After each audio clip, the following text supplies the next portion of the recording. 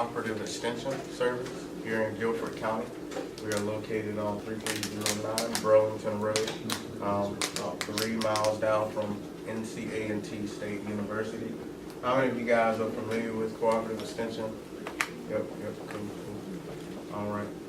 So you know that we're connected to both the land-grant universities in North Carolina, NC State and NCA&T, which is housed here in Greensboro.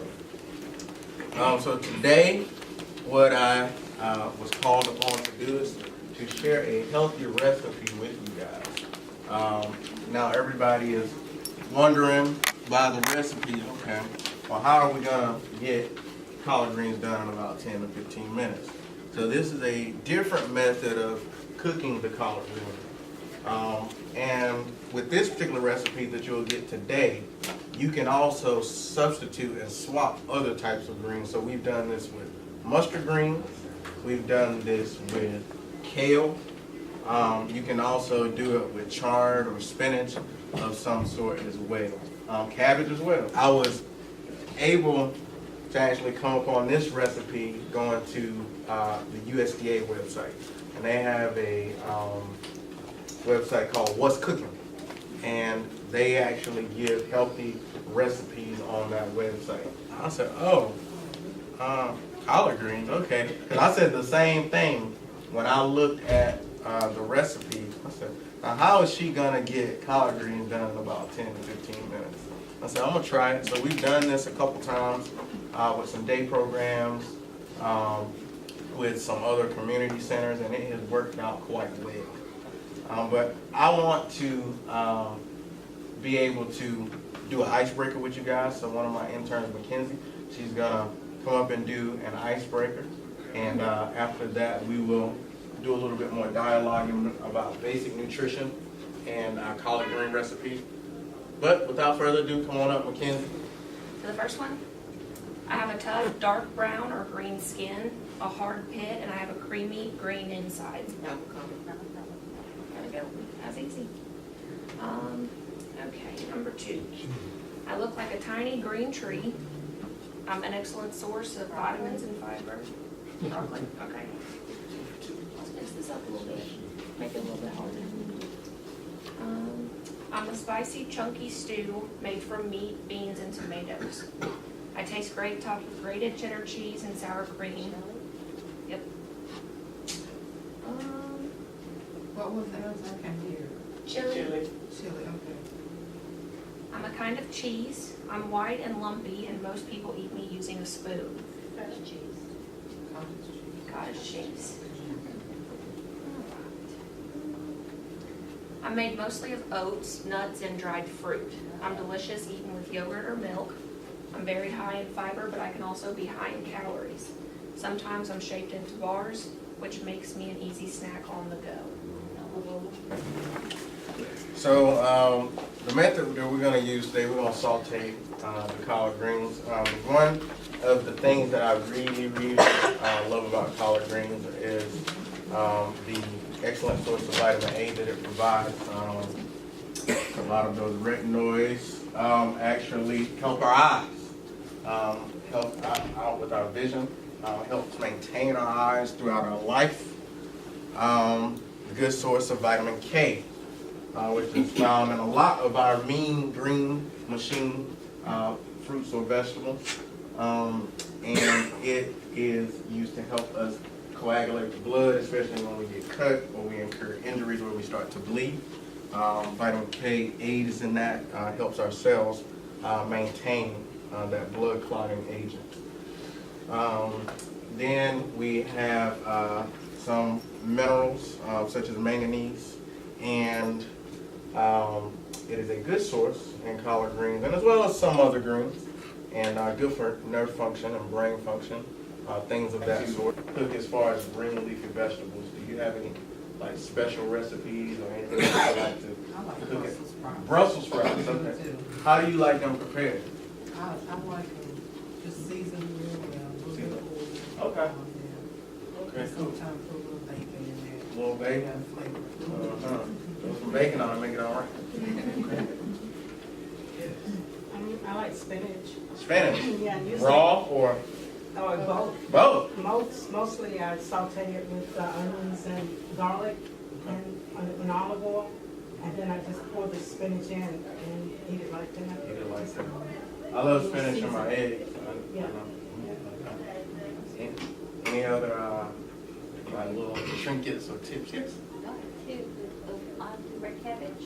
Red cabbage. If you were, when you pick up this recipe, you will notice, unlike grandma's collard greens, this one doesn't have any salt in it whatsoever.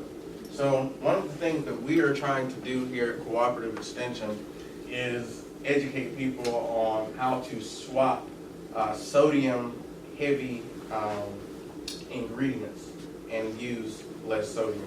And so we want to focus on herbs and spices in order to create that zest and flavor in our recipes. I know for me, high blood pressure runs in my family. As a black man, as soon as I am born into the world, I'm predisposed to getting hypertension if I don't watch out. We also want to look out for the types of fats that we use. So today, instead of using bacon fat or some type of animal fat, we'll be using olive oil to saute these collard greens. Are you guys familiar with the My Plate diagram? I think I see it kind of floating around. You guys familiar with that? The new USDA My Plate diagram? I don't know if it's on those sheets, but yeah, you'll see, and let me make sure I get this right. Top left, you'll see fruits. Bottom left, you'll see vegetables. Top right, you should see grains. Bottom right, you should see protein. And there should be a little nice little blue circle on that should be dairy. So today we'll be focusing on the vegetable portion. So bottom left. So we really want to, you just look at that plate, you see half of your plate is fruits or vegetables. But the standard American diet, we go ahead and throw on all those grains and carbohydrates, have a slice of bread with our mashed potatoes, with the macaroni and cheese. That makes up our plate. We might get a little bit of green beans and throw it on the side, and those been boiled down to the nutrients pretty much just fill right out of them. And then we will proceed to add a slab of fried chicken or steak. And that's how we eat. So we really want to focus on kind of change those eating habits back to, hey, let's get those fruits or vegetables. Let's make our plate have fruits and vegetables and prepare them in a way where they will be tasty and wholesome. So go ahead and break that stem off. And sometimes I like to leave a little bit of the stem up there just to cook in with it. What I'm going to do here, go ahead on and cut them in strips. Measuring out that seasoning. In the summer, we actually have a canning series that we're going to start, and we're going to start with jams in May.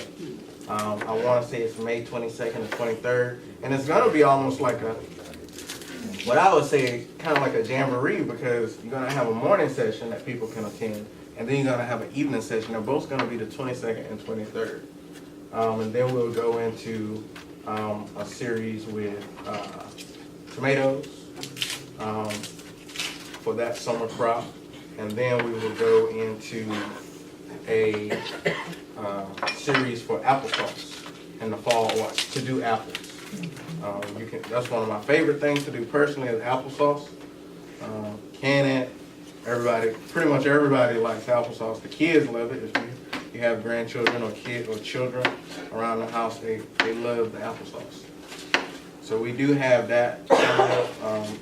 And I also have a series called Cook Smart, Eat Smart.